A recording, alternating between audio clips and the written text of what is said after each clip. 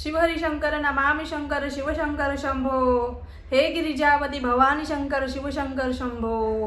श्री स्वामी समर्थ। नमस्कार, मी पूजा आपल्या चॅनलवर तुम्हा सर्वांचं पुन्हा एकदा खूप खूप मनापासून स्वागत करते। तुमच्या सगळ्या इच्छा स्वामी महाराज लवकरात लवकर पूर्ण करून ही स्वामींचरणी प्रार्थना करते व आजच्या आपल्या व्हिडिओला सुरुवात करते। लवकरच येत आहे स्वामी समर्थ महाराजांची आपल्या स्वामींची पुण्यतिथी येणार आहे। पुण्यतिथी ही 15 एप्रिल रोजी असणार आहे, म्हणजे अवघे थोडेच दिवस राहिलेले आहेत पुण्यतिथीला।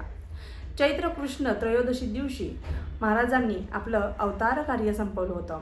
शके 1878 रोजी महाराजांनी आपलं अवतार कार्य संपवून अक्कलकोट येथे समाधी घेतली होती, बरोबर। तर आपल्याला या दिनानिमित्त स्वामींच्या पुण्यतिथीनिमित्त आपल्याला सेवा करायची आहे, महाराजांच्या चरणी सेवा रुजू करायची आहे, महाराजांची सेवा करायची आहे। या काळामध्ये जितकी जमेल तितकी सेवा करायची आहे, महाराजांना विश्रांती द्यायची आहे या काळामध्ये आपल्याला, बरोबर। आपण आत्तापर्यंत भरपूर आपले प्रॉब्लेम्स, आपलं दुःख संकट महाराजांना सांगतच होतो, पण महाराजांसाठी कधीतरी सेवा करत जा। महाराजांची देखील विश्रांतीची वेळ असते बघा। मठात देखील प्रहर याग घेतला जातो, प्रहर सेवा असते, बरोबर। प्रहर सेवा आवर्जून करा, महाराजांची यामध्ये सेवा करायला तुम्हाला मिळते आणि ही सेवा ज्याला मिळते तो भाग्यवानच म्हणावा लागेल। तर आपल्याला पुण्यतिथीनिमित्त 21 दिवसांची महाराजांच्या चरणी सेवा रुजू करायची आहे। भरपूर लोक या 21 दिवसामध्ये 3 गुरुचरित्राचे पारायण करतील, पण भरपूर लोकांना असे देखील आपले सेवेकरी असतील ज्यांना गुरुचरित्र पारायण करता येणार नाही।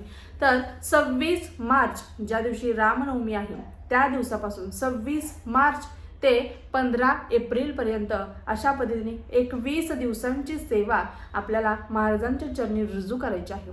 आता ती सेवा कोणती, तर तुम्हाला गेल्या वेळेस देखील सांगितलं होतं 21 दिवसांची सेवा आपण काय काय करू शकतो। बघा, ही सेवा फक्त कधी दरवेळेस आपण स्वतःसाठी काहीतरी पाहिजे म्हणून करत असतो सेवा, यावेळेस काही न मागता महाराजांसाठी करा। तुम्ही मागितलं जरी नाही तरी महाराज तुमच्या मनातलं ओळखतील आणि तुम्हाला जे हवंय ते देतील। आपल्याला श्री स्वामी चरित्र सारामृताचे 21 पारायण आपल्याला आपल्या घरामध्ये करायचे आहेत। अतिशय सुंदर अनुभव येतो या ग्रंथाचा। पण आज एक गोष्ट तुम्हाला मी सांगणार आहे की का तुम्हाला श्री स्वामी चरित्र सारामृत वाचून देखील पठण करून देखील तुम्हाला अनुभव येत नाही। कारण बघा, आपण दरवेळेस श्री स्वामीचरित्र सारामृताचे पारायण करतो, ताई आम्ही 21, 108, 51 पारायण केलेले आहेत, पण आम्हाला काही प्रचिती आली नाही, स्वामी आहे नाहीतच असे देखील सेवेकरी काही प्रश्न उठवतात। म्हणजे काय होतं, ते एकतर खचलेले असतात, एकतर त्यांच्या जीवनामध्ये आयुष्यामध्ये इतकी वादळ संकट येऊन गेलेली असतात आणि त्यात सेवा करता करता काहीतरी चुका देखील त्यांच्याकडून होतात, पण त्यांना त्या सेवेतून अनुभव मिळत नाही आणि त्यावेळेस ते महाराजांना दोष देतात की स्वामी आपल्याला अनुभव देतच नाहीत आणि असं काहीच नाहीये असं ते गैरसमज करून घेतात। पण सेवा कधीच भक्तांना वाया जात नाही। माझ्या सगळ्या ताई दादांना कळकळीची विनंती आहे, कधीच अशी शंका अविश्वास सेवेवरती महाराजांवरती दाखवू नका, कारण प्रत्येक सेवेचं आपल्याला फळ मिळत असतं। आता श्री स्वामीचरित्र सारामृताचे पारायण करताना तुम्हाला 26 तारखेपासून 15 एप्रिल पर्यंत करायचं आहे, 26 मार्च ते 15 एप्रिल। तर तुम्हाला अगोदर श्री स्वामीचरित्र सारामृतामध्ये किती अध्याय आहेत? 21 अध्याय आहेत। किती अध्याय आहेत? 21 अध्याय। लवकरच मी प्रत्येक अध्यायाचं तुम्हाला विश्लेषण करून सांगण्याचा प्रयत्न करणार आहे। बघा, कधी काय होतं ना, आपल्याला सांगितलंय स्वामीचरित्र सारामृताची पोथी वाचायची आहे, हा महाराजांचा आत्मा आहे, महाराजांच्या अगदी जवळ आहे आणि या सेवेपर्यंत पोहोचलो, महाराजांच्या चरणाशी खूप जवळपर्यंत आपण जाणार आहोत, एवढं लक्षात घ्या। त्यामुळे हे वाचायचं असेल ना तर यातील प्रत्येक अध्यायातली प्रत्येक ओळ ना ओळ तुम्हाला लक्षात राहायला हवी। आता मी तुम्हाला सांगितलं अध्याय 13व्यामध्ये काय आहे तुम्ही मला सांगा, तर तुम्ही सांगू शकणार आहात का? नाही सांगू शकणार। मी तुम्हाला सांगितलं अध्याय 21व्यामध्ये काय सांगितलं आहे तुम्ही सांगा, किंवा अध्याय 3ऱ्यामध्ये काय सांगितलेलं आहे तुम्ही सांगा, नाही सांगू शकणार। असा अध्याय आपण पठण करायचे आहे, आपल्या डोळ्यासमोर ती गोष्ट एक प्रकारे गोष्ट तयार झाली पाहिजे। ते क्षण ज्या वेळेस महाराज होते, हयात होते, ते क्षण आपल्या डोळ्यांसमोर उभे राहिले पाहिजेत। ते सगळे पात्र आपण जे पठण करतोय ते सगळे पात्र आपल्या डोळ्यासमोर उभे राहिले पाहिजेत। अध्यायातील प्रत्येक ओळ ना ओळीचा अर्थ आपल्याला कळला पाहिजे। कधी असं होतं, हे मराठीमध्येच आहे संपूर्ण, पण ज्या भाषेमध्ये दिलेलं आहे, मराठीच भाषा आहे, पण ज्या लँग्वेजमध्ये म्हणजे ज्या सुरामध्ये दिलेलं आहे हे सगळं, तर अशा वेळेस काय होतं, आपल्याला ते समजत नाही. आता अध्याय 7 मध्ये काय दिले, श्री गणेशाय नमः, जय जय निर्गुणा, जय जयाची सनातना, जय जय अघर्णा, लोकपाला सर्वेशा, अक्कलकोटी मोलाची नृपती, समर्थचरणी जयांची भक्ती, स्वहस्ते सेवा नित्य करीती, जानोनी येती परिब्रह्मम, वेदांत आवडे तयासी, श्रवण करती दिवसंदिशी, हेरकाळिक शास्त्रांशी वेतन देऊन ठेवले. काय समजलं तुम्हाला? तुम्ही फक्त रट्टा ना रट्टा मारणार आणि तुम्हाला त्याचा अर्थ कळणार नाही. त्यामुळे तुम्ही या संबंधी देखील भरपूर व्हिडिओज यूट्यूबवरती आहेत, तुम्ही पहा, पण असे व्हिडिओज पहा जे सत्य तुम्हाला सांगतील. कारण असे देखील भरपूर व्हिडिओ आहेत, काहीही सांगतात, पण जे सत्य व्हिडिओ आहेत असे देखील भरपूर व्हिडिओ आहेत जे तुम्हाला श्री स्वामी चरित्र सारामृताचं संपूर्ण वर्णन 1 ते 21 अध्यायापर्यंत करून सांगतील. आणि ज्यावेळेस तुम्ही हे पाहाल, गोष्टीच्या रूपामध्ये देखील आपल्या यूट्यूबवरती आहेत व्हिडिओज, तुम्ही पहा. त्याच्यामध्ये गोष्टीच्या रूपात ज्यावेळेस तुम्ही पाहाल त्यावेळेस कसं होतं, एक प्रकारे ते चित्र आपल्या डोळ्यासमोर असतं. हां, या अध्यायामध्ये हे घडलं, हां दुसऱ्या अध्यायामध्ये हे घडलं, तिसऱ्या अध्यायामध्ये हे घडलं. ज्यावेळेस तुम्हाला कोणी कधीही विचारू द्या की या अध्यायामध्ये काय आहे, तुम्हाला सांगता आलं पाहिजे. म्हणजे इतकं त्या श्री स्वामींच्या सारामृत या पोथीमध्ये आपल्याला रममान होऊन जायचं आहे, रमून जायचं आहे, स्वामींच्या सेवेत दंग होऊन जायचं आहे. एवढी एक गोष्ट माझ्यासाठी प्लीज सगळ्या सेवेकऱ्यांनी करा, सगळ्या सेवेकऱ्यांनी करा. जोपर्यंत समजून उमजून हा ग्रंथ घेणार नाही, कितीही वाचा तुम्ही, कितीही रट्टा मारा, काही उपयोग नाही आहे. फक्त रट्टा मारायचा म्हणून मारायचा, वाचन करायचं म्हणून करायचं, 21 अध्याय संपवायचे म्हणून वाचायचे नाहीत, एवढे लक्षात घ्या. त्याच पद्धतीने वाचन करत असताना आपण सगळ्यात मोठी चूक करतो. कोणती चूक करतो? तर आपल्याला आपलं मन आणि आपलं डोकं दोन्ही एकरूप ठेवायची सवय नसते.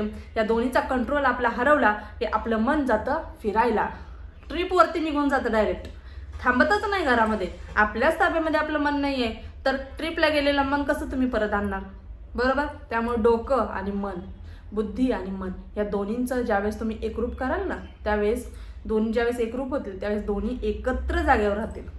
कारण मन चंचल आहे, मन कधीही कुठेही फिरायला जातं, कोणाच्याही लग्नाला जातं, कुठेही ट्रिपला जाऊन येतं, एखादं ट्रिपचा पॉईंट करून येतं, बरोबर?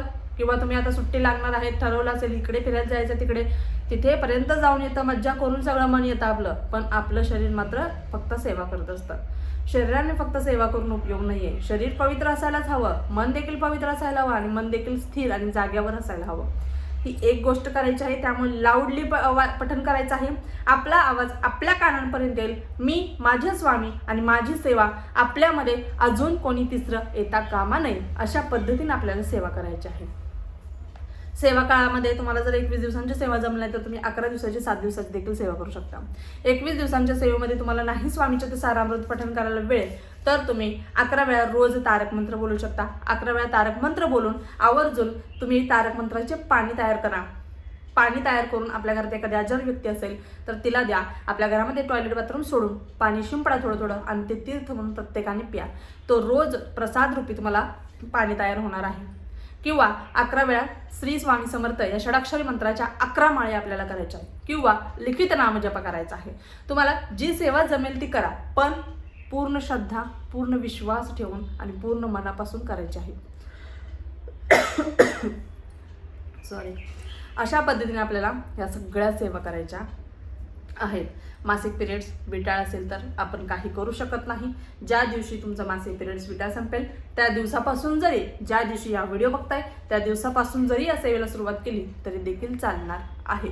गुरुचरित्राचे नियम काय, गुरुचरित्राचं पारायण कसं करायचं, गुरुचरित्रामध्ये पारायणच्या काळामध्ये काय खायचं काय नाही खायचं, हे संपूर्ण नेक्स्ट व्हिडिओमध्ये तुम्हाला नक्कीच सांगणार आहे. त्याच पद्धतीने संकल्पयुक्त जर ही सेवा करत असाल तर नॉनव्हेज पूर्णपणे, मांसाहार पूर्णपणे बंद ठेवायचा आहे. त्याच पद्धतीने परान्न शक्यतो टाळायचं आहे. जास्त करून याच्यामध्ये एवढं काही नाही आहे परान्नाचं वगैरे, पण शक्यतो टाळलं तर सुंदरच आहे. त्याच पद्धतीने तुम्ही ब्रह्मसंबंधाचं याच्यामध्ये काही नाही आहे एवढं, पण पाहिलं तर उत्तमच आहे, नाही तर काही हरकत नाही आहे. अशा पद्धतीने तुम्हाला हे सगळं पठण करायचं आहे. धूम्रपान, मद्यपान आपल्याला टाळायचं आहे.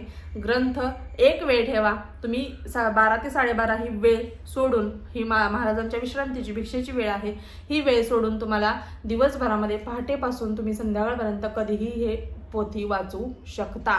एका बैठकीत एक पारायण कंप्लीट करण्याचा प्रयत्न करायचा आहे। लहान मुलं आहेत, घरात वृद्ध आहेत तर सकाळी अर्ध वाचा, संध्याकाळी अर्ध वाचा तर चालेल, पण काही प्रॉब्लेम नाहीये तर तुम्ही एका बैठकीत एक पारायण संपूर्ण 21 अध्याय कंप्लीट करण्याचा प्रयत्न करायचा आहे।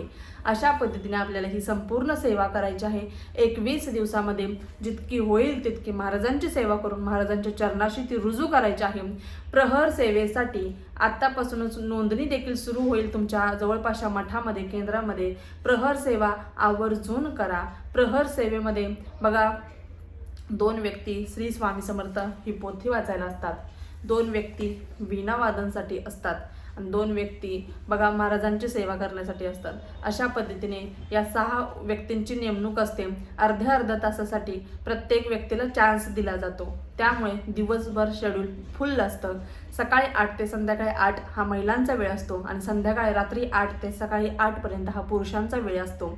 पण जी रात्रीची सेवा आहे 12 ते पहाटे 4 पर्यंत ती अतिशय महत्त्वाची आहे। या काळामध्ये आपल्याला महाराजांचा साक्षात्कार होतोच म्हणजे होतोच, त्यामुळे नक्कीच आवर्जून प्रहर सेवा करा।